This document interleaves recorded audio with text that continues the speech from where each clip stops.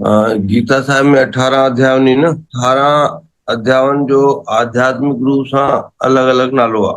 श्रीमद भगवत गीता परिपूर्ण 16 कला संपूर्ण भगवान श्री कृष्ण जे मुख मां निकतल वेदन जो रस शास्त्रन में श्रेष्ठ इंसान जात जे कल्याण जे लाए मोक्ष जे लाए मानवता जे अपार अपार गुणन जे लाए अने जंहिंमें 32 गुणन जी भी ॻाल्हि आई, धर्म अर्थ काम मोक्ष जी भी ॻाल्हि आई, ज्ञान कर्म भक्ति संन्यास वैराग्य जी भी ॻाल्हि आई, शुद्धता जी पवित्रता जी तत्व ज्ञान जी भी ॻाल्हि आई। इन्हनि सभिनीनि दैवीय गुणन खे खणंदे हिन धरती ते छा सभिनी खां श्रेष्ठ आहे जेको असांखे पापन खे दोषन खे धोई छॾींदो आहे, नाश करे छॾींदो आहे। वाणी जे रूप में भी आहे, कीअं चऊं कि भई शास्त्र जे रूप में भी आहे, संत जे रूप में भी आहे, ग्रंथ जे रूप में भी आहे, गुरु जे रूप में भी आहे, जल जे रूप में भी आहे, प्रकाश जे रूप में भी आहे, माता ऐं पिता जे रूप में भी आहे। इन्हनि सभिनी खे अद्भुत रूप सां मिलाईंदे जोड़ींदे पृथ्वी प्रकृति परमात्मा जीअं हिन 13 अध्याय जो नालो भी आहे कि क्षेत्र क्षेत्रज्ञ अध्याय, जंहिंखे पुरुष प्रकृति ऐं परमात्मा अध्याय भी चयो वियो आहे। इन्ही खे सार्थक कंदे हिकिड़ो श्लोक लिखियल आहे जंहिंमें भगवत गीता जे 18 अध्यायन जा 18 नाला आध्यात्मिक रूप में कहिड़ा नी उहो पढ़ूं था पिया। गीता गंगा च गायत्री सीता सत्या सरस्वती ब्रह्म विद्या ब्रह्मवल्ली त्रिसंध्या मुक्त गेहिनी अर्धमात्रा चिदानंदा भगवनी भयनाशिनी वेद त्रयी परा अनंता तत्वार्थ ज्ञान मंजरी इत्येतानि जपे नित्यम इत्यातानि जपे नित्यम नरो निश्चल मानसः ज्ञान सिद्ध्यम लभे शीघ्रम तथान्ते परमं पदम तथान्ते परमं पदम। जय जय श्रीराम।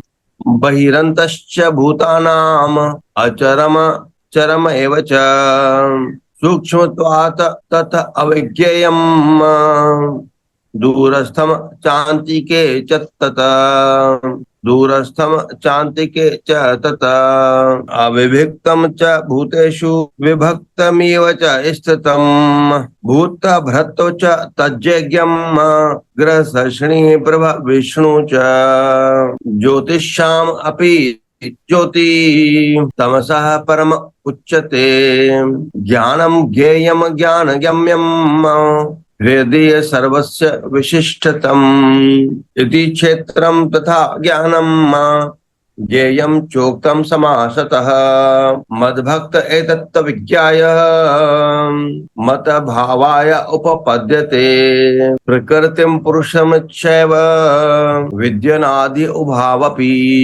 विकाराणाश्च गुणानाश्चैव विद्धि प्रकृति संभवान्।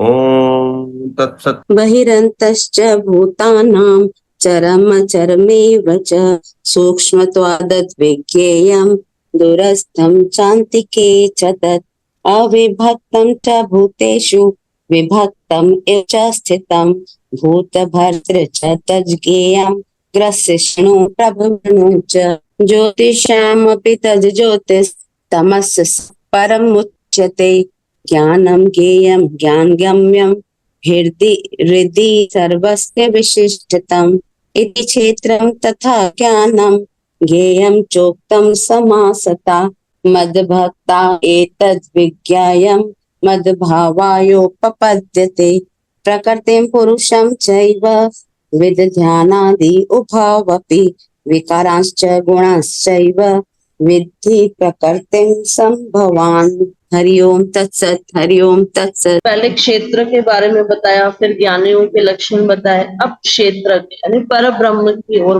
के बारे में हम कल से श्रवण करें। वह चराचर सब भूतों के बाहर भीतर परिपूर्ण है और चर अचर भी है, यानी जड़ चेतन सब में वही है, और वह सूक्ष्म होने से अविज्ञेय है तथा अति समीप में और दूर में भी स्थित है। अब सब विरोधाभासी है। कैसे? कहते हैं कि वह सूक्ष्म होने से अविज्ञेय है। अब वही परमात्मा हमारे भीतर बैठा है, लेकिन इतना सूक्ष्म है। देखो, भगवान ने अर्जुन को भगवत गीता के 11वें अध्याय में विराट स्वरूप का दर्शन कर, यानी भगवान अपने भक्त के लिए विराट स्वरूप भी ले सकते हैं। वहीं महाभारत में अगर आपने श्रवण किया होगा तो अभिमन्यु के पुत्र जो उत्तरा के गर्भ में है परीक्षित, जब अश्वत्थामा ने ब्रह्मास्त्र छोड़ा था कि पांडवों की जो वंश की परंपरा है उसे नाश करने के लिए, क्योंकि परीक्षित ही एक बचा था जो उस वंश को आगे बढ़ा सकता था, तो उसका नाश करने के लिए अश्वत्थामा ने ब्रह्मास्त्र छोड़ा था। लेकिन क्योंकि पांडव शुरू से भगवान की शरण में हैं, तो भगवान ने अपने उस भक्त, जो छोटा सा भक्त है परीक्षित, उसकी रक्षा करने के लिए भगवान ने सूक्ष्म से सूक्ष्म रूप भी धारण कर लिया और उत्तरा के गर्भ में सूक्ष्म रूप लेके भगवान प्रवेश किया और उसकी रक्षा की। और यहाँ कहा गया कि समीप भी है दूर भी है, तो वो अंदर बैठा है वो समीप है, फिर दूर क्यों है? जो श्रद्धा रहित हैं, जो अज्ञानी हैं। अब बताओ, जो संसार में भटक रहे हैं, जिन्हें जो परमात्मा में विश्वास नहीं करते, क्या उनके अंदर वो चेतन शक्ति नहीं है? है तभी तो जी रहे हैं ना, चल रही है वो बॉडी तो। लेकिन फिर भी वो जो तत्व अंदर बैठा है वो उसे मानने को ही तैयार नहीं है। जिस एनर्जी, जिस चैतन्य शक्ति से वो क्रियाएं कर रहे हैं उसे मानते ही नहीं है।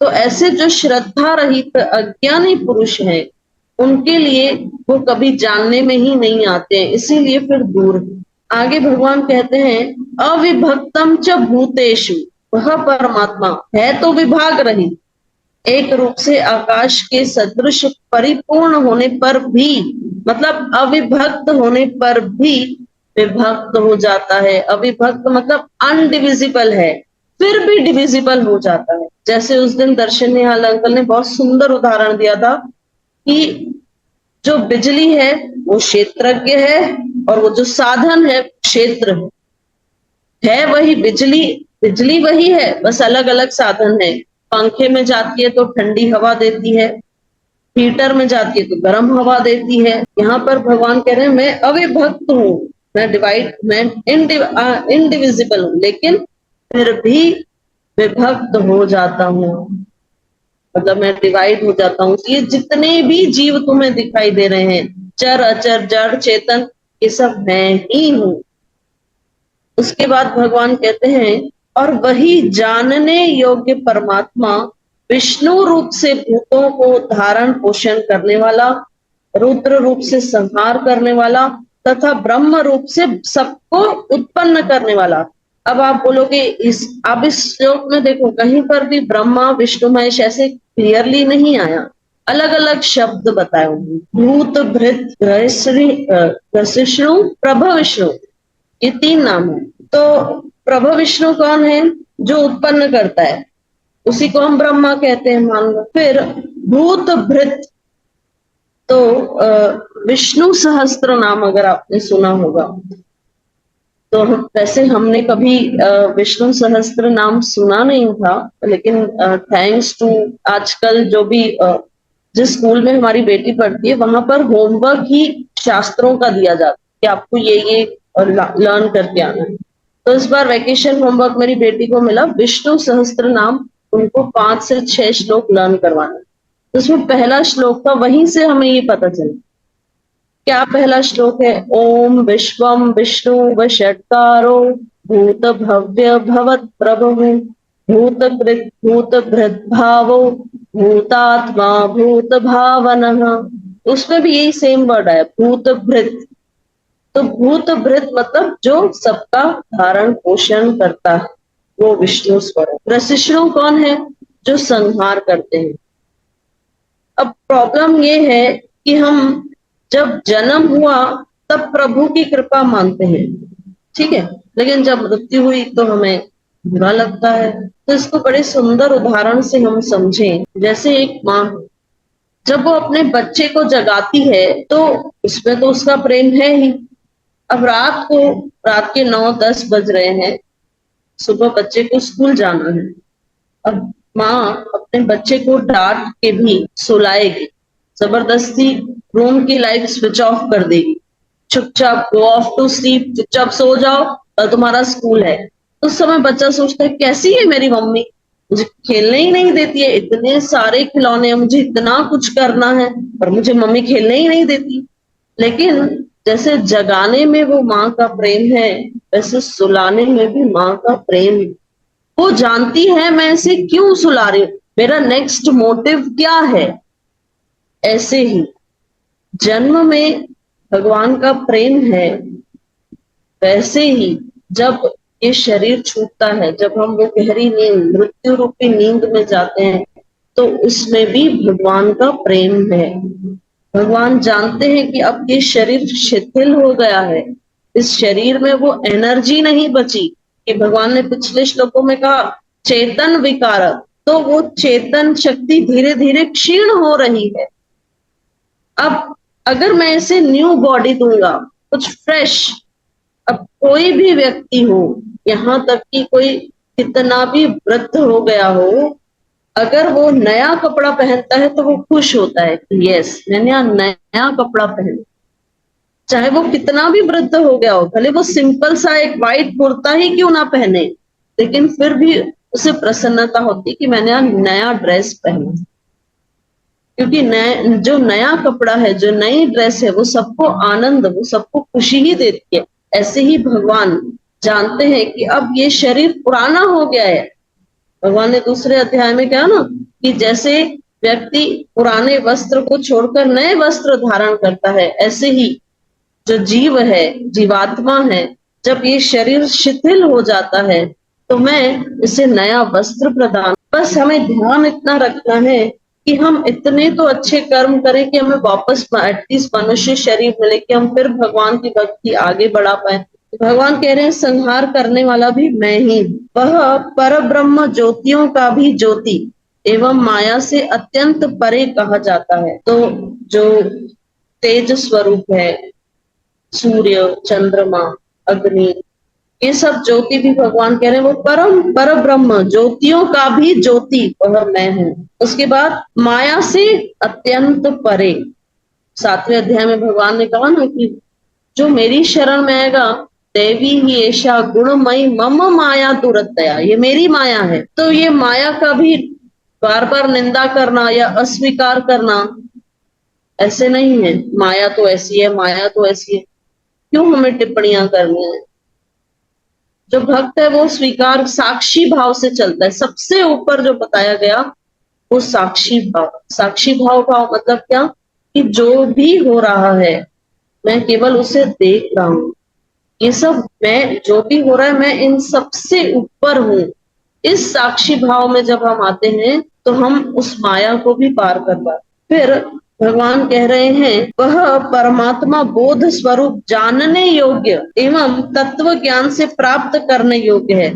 तो जानने योग्य कौन है, परमात्मा तत्व, तत्व ज्ञान से, और प्राप्त करने योग्य भी कौन है, वही भगवान। सबके हृदय में विशेष रूप से स्थित है। सर्व, ये सेम जो यहाँ पे आई ना लाइन, प्रीति सर्वस्य विशिष्टतम, तो सेम 15वें अध्याय में भी यही श्लोक आएगा। 15वें अध्याय का 15वां श्लोक, सर्वस्य चाहम हृदि सन्निविष्टो, भगवान कह रहे हैं सबके हृदय क्षेत्र में मेरा ही वास है। आगे भगवान कहते हैं कि इस प्रकार क्षेत्र तथा ज्ञान और जानने योग्य परमात्मा का स्वरूप संक्षेप से कहा। भगवान कह रहे हैं अब अर्जुन मैंने तुम्हें क्षेत्रज्ञ, क्षेत्र, फिर उसका ज्ञान मतलब जो ज्ञानी के लक्षण है वो, और जो जानने योग्य पर ब्रह्म है, इसका मैंने तुम्हें वर्णन किया, लेकिन कैसे, संक्षिप्त रूप से, समासेन, समासस्त इसमें आया श्लोक, तो समास रूप से मैंने तुम्हें इसका वर्णन किया है। तो मेरा भक्त इसको तत्व से जानकर मेरे स्वरूप को प्राप्त होता है। क्षेत्र, क्षेत्रज्ञ कहा गया। अब भगवान कह रहे हैं प्रकृति और पुरुष, प्रकृति और पुरुष इन दोनों को ही तू अनादि जान। अब हम कहते हैं प्रकृति तो अनादि कैसे हो सकती, तो प्रकृति किन से बनी, 5 एलिमेंट्स, यही जो जिससे हमारा शरीर बना, पृथ्वी, जल, वायु, तेज। तो यहाँ भगवान कह रहे हैं कि प्रकृति और पुरुष दोनों ही अनादि तू जान, और राग द्वेषादि विकारों को तथा त्रिगुणात्मक संपूर्ण पदार्थों प्रकृति से ही जान। बस सार इहो ई आहे कि परमात्मा सर्वव्यापी आहे, पुरुष भी प्रकृति भी उहो ई ठाहिण वारो आहे, तंहिं करे हर कंहिं में आहे। जीव जंतु में, पशु पक्षी में, वण टिण में, पर्वत पहाड़ जल थल सभिनी में आहे। त इन्हनि सभिनी ॻाल्हियुनि खां परे हटके दूर थी करे पाण पंहिंजो ध्यानु, पंहिंजी भावना, पंहिंजो विश्वास उनी परमात्मा में, उनी परिपूर्ण परमात्मा में, उनी उन्हनि जे स्वरूप गुरुजननि में रखूं ऐं श्रद्धा पूर्वक निस्वार्थ भाव सां उनजो ध्यानु कंदा रहूं। इहो विश्वास हुजे कि जेके असांजा गुण आहिनि, जेका असांजी भक्ति आहे, त उहो असांजी अंगीकार करे ऐं अंत सवेलो करे पाण में मिलाए छॾे, जनम मरण जे चक्रनि खां बचाए। त भगवत गीता जेको प्रभु जो दर्श कराईंदी आहे, उन जो आनंद पाण वठी रहिया आहियूं। चलो, ओम सर्वे भवन्तु सुखिनः, सर्वे सन्तु निरामया, सर्वे भद्राणि पश्यन्तु, मा कश्चित् दुःख भाग् भवेत्। ओम पूर्णमदः पूर्णमिदं पूर्णात् पूर्णमुदच्यते, तस्य पूर्णमादाय पूर्णमेवावशिष्यते। ओम शांति शांति शांति। ओम।